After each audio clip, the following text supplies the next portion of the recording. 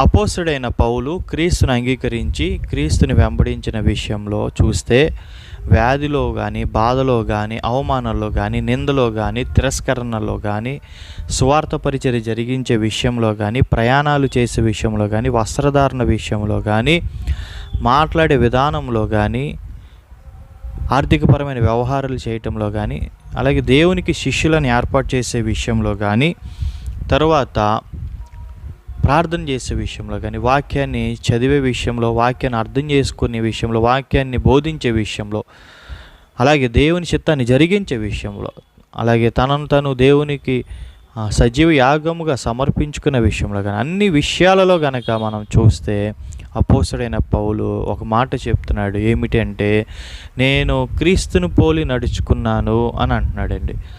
కాబట్టి మీరు నన్ను పోలి నడుచుకోండి అని అంటున్నాడు. అంటే క్రీస్తుని